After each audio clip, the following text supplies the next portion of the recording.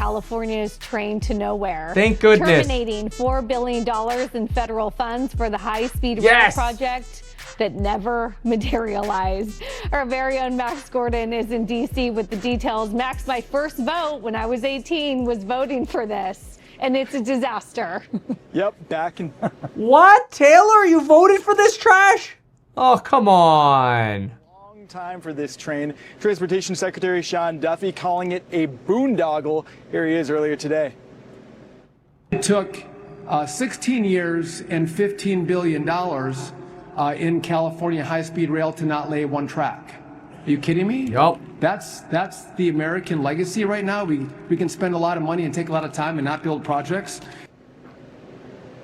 The decision comes after a months-long federal review of the project. Originally approved by California voters back in 2008, the state's high-speed rail line was initially supposed to connect Los Angeles and San Francisco with an original completion date set for 2020.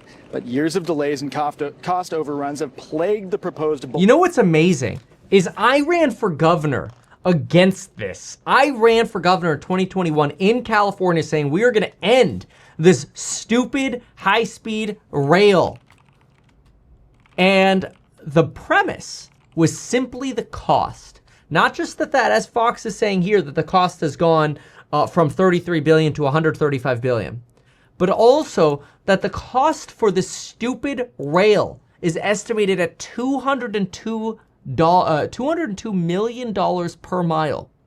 Compare that to a boring tunnel cost per mile of about $10 million per mile, which is insane. Even if you double it, it's like 1/10 of the cost of the high-speed rail, because the high-speed rail has to deal with rivers and mountains and valleys and changing topography and fire hazard zones and all this crap. And frankly, you're kind of building it in places where Californians don't really need it anyway. You know, this idea that the high-speed rail is somehow useful. Here are the currently cleared, environmentally cleared segments, taking you from Bakersfield basically to San Jose. The idea, that's the under construction portion is actually more Bakersfield to Merced, but the idea was to connect it to NorCal so you could go live in Bakersfield where housing is really cheap, but then work in San Jose. That was the idea, but that was, this has been pitched for like 17 years now. And the only portion that's actually under construction is the Bakersfield to like Fresno portion. But that's basically going from inexpensive housing to inexpensive housing. Like all the other stuff hasn't actually gone anywhere. And it's so over budget. It is ridiculously expensive. And you'd be better off not trying to build, train tunnels through all these mountains. Notice they're not doing the hard areas where the mountains are at the coast, or in LA where you have to go through the valley of Burbank. You're not going through anything other than desert. And in the desert portion from Bakersfield to Fresno, you still can't get it done in 17 years. This is an example of a complete failure in California. And when you look at those per mile costs of how much Boring is spending versus how much California is spending, any American should look at this and go, thank goodness we are cutting this project.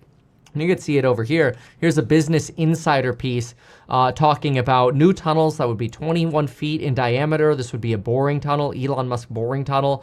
And the company says many traditional tunnel projects cost $100 million to $1 billion per mile.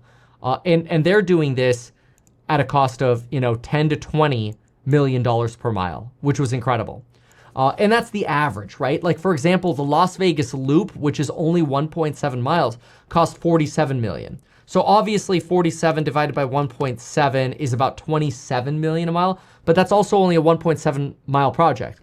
When you do this like the high-speed rail and you do it over 400 miles, your average cost per mile plummets if you don't suck at constructing. So I actually think Trump, frankly, saved Gavin Newsom from this project, and also the federal government expenditures. It's really incredible just how this project has gone on for so long. California high-speed rail. When was it initially? It'd be very interesting to see the date that it was initially approved.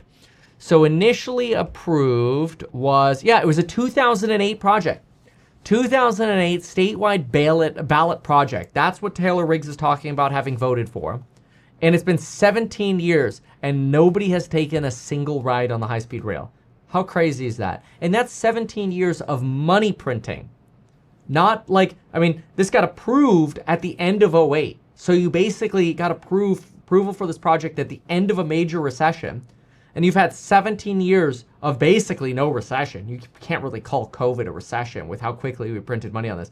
And you couldn't get anywhere. Really sad. Mind you, also, the top speed for the train would be 220 miles an hour. The top speed for the train is literally 40% of the speed that you could have in an aircraft. And you still have to deal with ticketing and showing up to a counter and boarding and deboarding and all this.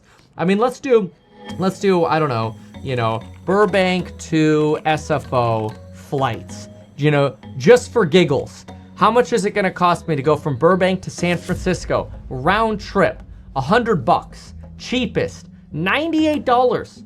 What do I need a high-speed rail for? I have planes that could take me there much faster than some stupid high-speed rail. Good for Trump for finally killing this. Even Democrats should be happy about the killing of that. Why not advertise these things that you told us here? I feel like nobody else knows about this. We'll try a little advertising and see how it goes. Congratulations, man. You have done so much. People love you. People look up to you. Kevin Paffrath there, financial analyst and YouTuber. Meet Kevin. Always great to get your take.